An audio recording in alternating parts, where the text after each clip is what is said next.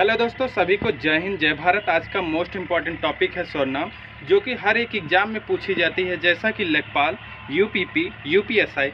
इसमें आपका स्वरनाम से 2 या 3 क्वेश्चन आना एकदम फिक्स रहता है। आप कोई भी एग्जाम में देखिए, अगर पेपर उठा के, तो 1 या 2 से 3 क्वेश्चन आपका स्वरनाम से बन जाता है। इसलिए हम कोशिश कर रहे हैं कि अगर स्वरनाम हम इतने अच्छे तरीके से पढ़ा दें कि आप एक बार इसको पढ़ लीजिए, उसके बाद एक बार बुक से प्रैक्टिस कर लीजिए, तो आपका स्वरनाम एकदम फिक्स हो जाए। स्वरनाम से कहीं से भी क्वेश्चन आए स्वरनाम का, तो आप वो क्वेश्चन कर ले जाएं आसानी से। तो आइए बात करते हैं स्वरनाम की ना। एक बार एकदम मन लगा के देख लेंगे 5 से 10 मिनट के वीडियो में, तो आपका एकदम आसानी से स्वरनाम फिक्स हो जाएगी कि हाँ स्वरनाम आता कहाँ से। तक के बने रहिए, तो हम आपको बहुत ही आसानी और सरल भाषा में समझा देंगे स्वरनाम है क्या। हार्ड नहीं है, बहुत लोग को हार्ड लगता होगा स्वरनाम, लेकिन आज पढ़ने के बाद एकदम सरल लगने लगेगा। स्वरनाम ही सबसे सरल चैप्टर लगेगा। देखिए, आइए बात करते हैं स्वरनाम पे ना। स्वरनाम क्या? स्वरनाम स्वरनाम मतलब सर्व प्लस नाम, मतलब सबका नाम। क्या? सबका नाम स्वरनाम होता है ना। परिभाषा क्या है? संज्ञा के स्थान पर उनके बदले प्रयुक्त अन्य शब्द स्वरनाम कहलाते हैं। क्या? संज्ञा के स्थान पर उनके बदले प्रयुक्त अन्य शब्द स्वरनाम कहलाते हैं। जैसे क्या दिया, उदाहरण में क्या दिया है? राम एक अच्छा लड़का है, वह क्रिकेट खेलता है। क्या? वह क्रिकेट खेलता है। इसमें क्या है? संज्ञा के स्थान पर उनके बदले प्रयुक्त अन्य शब्द। अन्य शब्द मतलब वह अन्य शब्द को ही स्वरनाम कहता है। मतलब ये क्या है? हमारा स्वरनाम है। जैसे कि दिया है राम एक अच्छा लड़का है, राम एक अच्छा लड़का है, तो यहाँ फिर आ जाता है राम क्रिकेट खेलता है। तो राम की जगह पे ही हम स्वरनाम का प्रयोग कर दिए। जैसे दिया है संज्ञा के स्थान पर उनके बदले प्रयुक्त अन्य शब्द स्वरनाम कहलाते हैं। वही क्या है? स्वरनाम है ना। कि बार बार संज्ञा का प्रयोग ना करके एक बार यह वह लिख दिए, तो हमारा शब्द बढ़िया वाक्य बन जाएगा। जैसे कि बना है राम एक अच्छा लड़का है, वह क्रिकेट खेलता है। क्या? वह क्रिकेट खेलता। उदाहरण तो आप और भी जान लीजिए कि संज्ञा स्वरनाम है क्या क्या। स्वरनाम क्या क्या है? मैं हो गया, वह हो गया, यह हो गया, ये सब आ जाए ना, तो आप जान लीजिए कि ये सब क्या है? स्वरनाम है। क्या है? स्वरनाम है। उसके बाद बात करते हैं क्या? हिंदी के कुल मूल स्वरनाम की संख्या 11 है। ये क्वेश्चन बहुत ही मोस्ट इंपॉर्टेंट, इसको इम्पोर्टेंट लगा लीजिए। आप प्रीवियस ईयर अगर उठा के देखेंगे तो ये क्वेश्चन आता है। क्या आता है? हिंदी के कुल मूल स्वरनाम की संख्या कितनी है? कितनी है? 11 है। कितनी है? 11 है। अब ये भी जान लीजिए कौन कौन सी, उसको भी ध्यान दे दीजिए। क्या क्या कौन कौन से हैं? देखो, मैं, तुम, आप, यह, वह, जो, सो, कौन, क्या, कोई, कुछ। इतना आपको समझ में आया? कौन कौन सा? मैं, तू, आप, यह, वह, जो, सो, कौन, क्या, कोई, कुछ। कितने हैं? देख लीजिए संख्या 1 2 3 4 5 6 7 8 9 10। आप लोग जरूर गिन रहे होंगे कि ये 11 है कि नहीं। यही है 11। ठीक, ये शब्द आगे तो आप जान लीजिए कि ये क्या है? स्वरनाम है। आपको इतना हमें उम्मीद है कि आपको समझ में बहुत ही आसानी तरीके से आ रहा होगा। अगर आ रहा होगा तो एक बार वीडियो को लाइक कर दीजिए ना। ठीक है, आइए बात करते हैं। उसके बाद क्या दिया है? प्रयोग की दृष्टि से स्वरनाम के 6 भेद होते हैं। देखिए, कभी कभी क्वेश्चन आपको कंफ्यूज है, तो 6 11 हम नहीं समझ पा रहे हैं ना, समझते नहीं होगी, तो आप ध्यान दीजिए। क्या दिया है? हिंदी के कुल मूल स्वरनाम की संख्या। ये क्या है? स्वरनाम की संख्या कितनी है? 11 है। और ये क्या है? प्रयोग की दृष्टि से स्वरनाम के 6 भेद होते हैं। कितने भेद होते हैं?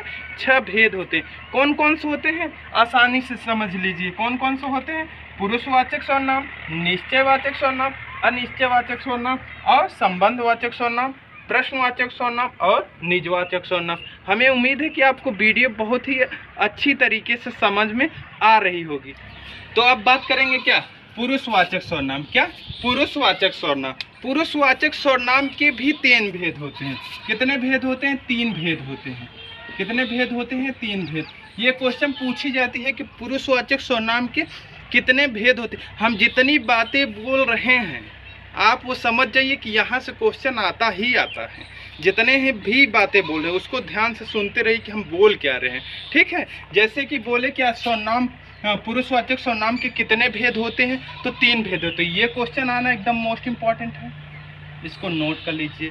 ठीक, कि कितने भेद होते हैं? 3 भेद होते। कौन कौन से होते? अब वो नोट करिए। उत्तम पुरुष, मध्यम पुरुष, अन्य पुरुष। क्या? उत्तम पुरुष, मध्यम पुरुष और अन्य पुरुष। अब उत्तम पुरुष में क्या आता? मैं और हम। क्या? मैं और हम। मध्यम पुरुष में क्या क्या आता है? तू, तुम, आप। अन्य पुरुष में क्या क्या आता है? यह, वह, ये, वो।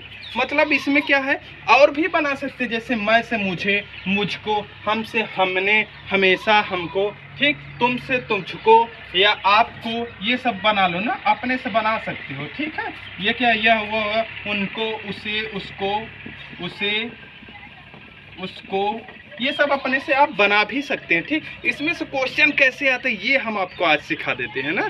क्वेश्चन कैसे पूछे, जैसे दे दिया इसमें से आप निम्न में से कौन सा पुरुषवाचक है ना, तो दे दिया उत्तम पुरुष, मध्यम पुरुष, अन्य पुरुष और इनमें से कोई नहीं ना। तो क्या हुआ, उसमें से आप क्या है? मध्यम पुरुष है। इसी प्रकार से आपकी क्वेश्चन बनाई जाएगी। ठीक है, हमें उम्मीद है कि आपको समझ में आ रहा होगा। ठीक है, तो आइए बात करते हैं किस पर? निश्चय संकेतवाचक सर्वनाम। क्या? निश्चय संकेतवाचक सर्वनाम। अगर बात कर लें तो इस पे भी एक एग्जाम्पल कहिए तो दे देते हैं। एग्जाम्पल क्या दे देते हैं? मैं बनारस जा रहा हूँ। मैं बनारस जा रहा हूँ। इसमें मैं क्या है? मैं क्या है हमारा? उत्तम पुरुष, पुरुषवाचक सर्वनाम। ठीक, ये समझ में आ गया। उसी प्रकार ये भी है, तुम खेल रहे हो, वह घर जा रहा है। ठीक है, ये आपको समझ में आ गया। ज़्यादातर क्वेश्चन यही सब पूछता है, मैं क्या है, तुम क्या है, वह क्या है ना, कौन सा पुरुषवाचक है। जैसे इसमें पूछ लिया तुम कौन सा पुरुषवाचक है, हम कौन सा पुरुषवाचक है, हम कौन सा पुरुषवाचक है? उत्तम पुरुषवाचक, उत्तम पुरुष, मध्यम पुरुष, अन्य पुरुष, यही पूछेगा, यही तीनों पूछेगा। उत्तम पुरुष कौन सा है, मध्यम पुरुष कौन सा, अन्य पुरुष कौन सा। तो हमें उम्मीद है कि आपको ये समझ में आ रहा होगा कि कौन सा उत्तम पुरुष है, कौन सा मध्यम पुरुष है, कौन सा अन्य पुरुष है। अब बात करते हैं क्या? अब बात करते हैं निश्चय संकेतवाचक सर्वनाम। क्या? निश्चय संकेतवाचक सर्वनाम ऐसे सर्वनाम शब्द जो पास या दूर स्थित किसी व्यक्ति या वस्तु की ओर निश्चय पूर्वक संकेत करे। क्या? ऐसे सर्वनाम शब्द जो पास या दूर स्थित किसी व्यक्ति या वस्तु की ओर निश्चय पूर्वक संकेत करे, वही हमारा क्या कहलाता है? निश्चय संकेतवाचक सर्वनाम। क्या? निश्चय संकेतवाचक सर्वनाम। तो इसका उदाहरण देख लीजिए। वह बहुत अच्छा लड़का है। वह क्या कर रहा है? वह क्या कर रहा है? पास या दूर की बात बता रहे ना। वह क्या? वह बहुत अच्छा लड़का है ना। व्यक्ति का बता रहा है ना, निश्चय बता रहा है। जैसे वह बहुत अच्छा लड़का है, ये क्या कर रहा है? निश्चय बता रहा है, संकेत कर रहा है, निश्चय एकदम ना। तो वही हुआ, ये हमारा निश्चय संकेतवाचक सर्वनाम है। जैसे क्वेश्चन आ गया ना, कभी कभी क्वेश्चन में क्या दे देता है, देखिए इसमें 2 क्वेश्चन, एक बोल देता है निश्चय सर्वनाम कौन सा है, एक दे देता है संकेतवाचक सर्वनाम कौन सा है। तो ये है, ये समझ गए आप। और यह मकान मेरे भाई का है। ठीक, हमें उम्मीद है कि ये उदाहरण आपको समझ में आ गया होगा। अब बात करेंगे क्या? अनिश्चय सर्वनाम की। क्या? अनिश्चय सर्वनाम। अनिश्चय सर्वनाम की डिफिनेशन क्या होती है? ऐसा सर्वनाम जहां अनिश्चय की भाव आए ना, जहां निश्चय की भाव न हो, उसी को क्या कहते हैं? अनिश्चय सर्वनाम कहते हैं। जैसे कि देखिए, कोई आ रहा है। क्या? कोई आ रहा है। यहाँ क्या है? फिक्स नहीं है कौन आ रहा है, कोई आ रहा है या कुछ लोग आ रहे हैं ना। तो ये क्या है? अनिश्चय। तो आप लोग को पहचानना है कोई आ रहा है, इसमें कौन सा है? अनिश्चय। कौन सा है सर्वनाम? कोई। मतलब क्वेश्चन में दे देगा कि कोई आ रहा है ना, इसमें से अनिश्चय सर्वनाम कौन सा है? तो कोई क्या है? अनिश्चय सर्वनाम। या दे दिया, उसमें दे दिया अनिश्चय, निम्न में से अनिश्चय सर्वनाम कौन सा है? उसमें ऑप्शन दे दिया कोई ना, उसके बाद वह या राम, श्याम, ये सब दे दिया ना। तो कोई शब्द क्या है? अनिश्चय सर्वनाम। ठीक, इतना उम्मीद है कि आपको समझ में आ रही है। अब डिफिनेशन लिखेंगे तो वीडियो बहुत ज़्यादा बड़ा पड़ जा रहा है, इसलिए डिफिनेशन नहीं लिख रहे हैं। आपको समझ में आने से मतलब है कि आपको समझ में आ रहा है कि नहीं, और आप एक बार इसको पढ़ के अगर बुक को सॉल्व करते हैं, आप पूरी को सॉल्व कर ले जाएं, ये मेरा दावा है, सर्वनाम आपका खत्म हो जाएगा एक छोटे से वीडियो में, सोचिए। तो आइए बात करते हैं उसके बाद क्या, संबंधवाचक सर्वनाम। संबंधवाचक सर्वनाम ऐसा सर्वनाम जहाँ संबंध का बोध हो, क्या, जहाँ संबंध का बोध हो। संबंध में कैसे, जो सो, जैसा वैसा, जिसकी उसकी ना। तो जैसे दिए हैं, हम थोड़ा एग्जाम्पल, एक एक एग्जाम्पल देते जा रहे हैं ना भाई। देखिए क्या करें, जो करेगा सो भरेगा, ये क्या है, जो सो का ना, जो करेगा सो भरेगा ना, ये क्या है, जो सो का भाव आ रहा ना, तो यहाँ संबंधवाचक सर्वनाम, संबंध दिखा रहा ना, जो सो, तो संबंधवाचक सर्वनाम हो गया। ठीक, अब जैसी, जैसा वैसा, मतलब जैसी करनी वैसी भरनी, जैसी वैसी भी हो सकती है ना, कि जैसी करनी वैसी भरनी, ये भी क्या है, संबंध दिखा रहा ना एक दूसरे का। ठीक, वही है संबंधवाचक सर्वनाम। अब बात करते हैं, क्या थोड़ा स्पीड बोल रहे हो तो उसके लिए सॉरी भाई, क्या करें वीडियो बना रहे, छोटा से छोटा कोशिश कर रहे हैं वीडियो को लाने के लिए। ठीक है, तो आइए बात करते हैं, क्या प्रश्नवाचक सर्वनाम। क्या, प्रश्नवाचक सर्वनाम, ऐसा सर्वनाम जहाँ संज्ञा की जगह प्रश्न की बात आ जाए ना, संज्ञा की जगह प्रश्न की बात आ जाए। जैसे लिखा, आप मुझसे क्या चाहते हैं, क्या चाहते हैं, क्या की बात आ रही ना, क्या चाहते हैं, यहाँ संज्ञा रहती, लेकिन आप मुझसे क्या चाहते हैं, तो वो क्या की बात आ रही, यही हमारा क्या है, प्रश्नवाचक सर्वनाम। ठीक, क्या है, प्रश्नवाचक सर्वनाम।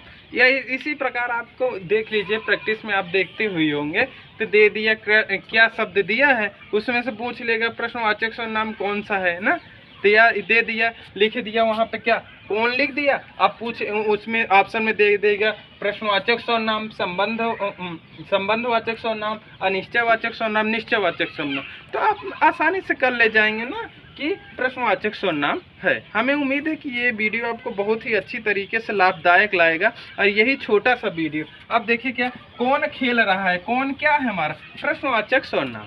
ठीक, समझ में आ रहा होगा। बात करते हैं निजवाचक, किसका, निजवाचक सर्वनाम, किसका, निजवाचक सर्वनाम, ऐसा सर्वनामिक शब्द जिसका प्रयोग स्वयं के लिए हो, किसके लिए हो, स्वयं के लिए हो, वह क्या कहलाता है, निजवाचक सर्वनाम। ऐसे ही समझ लो, निजवाचक मतलब निजी के लिए, मतलब स्वयं के लिए, वही हमारा क्या होता है, निजवाचक सर्वनाम। ऐसा सर्वनामिक शब्द जिसका प्रयोग स्वयं के लिए हो, वही हमारा निजवाचक सर्वनाम होता है। जैसे कि आप, अपना, अपने आप, ये सब क्या है, निजी के लिए है, क्या है, निजी के लिए है, तो वही होता है निजवाचक। जैसे यहाँ दिया है, मैं यह काम स्वयं करूँगा, क्या, स्वयं करूँगा, मतलब स्वयं शब्द आया है, मतलब अपने निजी करूँगा, निजी करूँगा मतलब स्वयं करना, करूँगा ना, तो ये क्या है, हमारा निजवाचक सर्वनाम। उसके बाद क्या दिया है, मैं अपने आप चला जाऊँगा, क्या, अपने आप, क्या, अपने आप चला जाऊंगा, ये है हमारा निजवाचक सर्वनाम। हमें उम्मीद है कि आपको वीडियो बहुत अच्छा लगा होगा। अगर अच्छा लगा हो तो एक बार लाइक सब्सक्राइब जरूर कर दीजिए भाई, बहुत मेहनत लगा है वीडियो बनाने में। बाकी thank you, best of luck मेरे दोस्तों। एक बार प्रैक्टिस जरूर कर लेना, अगर प्रैक्टिस कर लोगे तो आपको ये वीडियो, हमें उम्मीद है कि कभी भूलोगे नहीं, सर्वनाम हमेशा आपके दिमाग में धस जाएगा।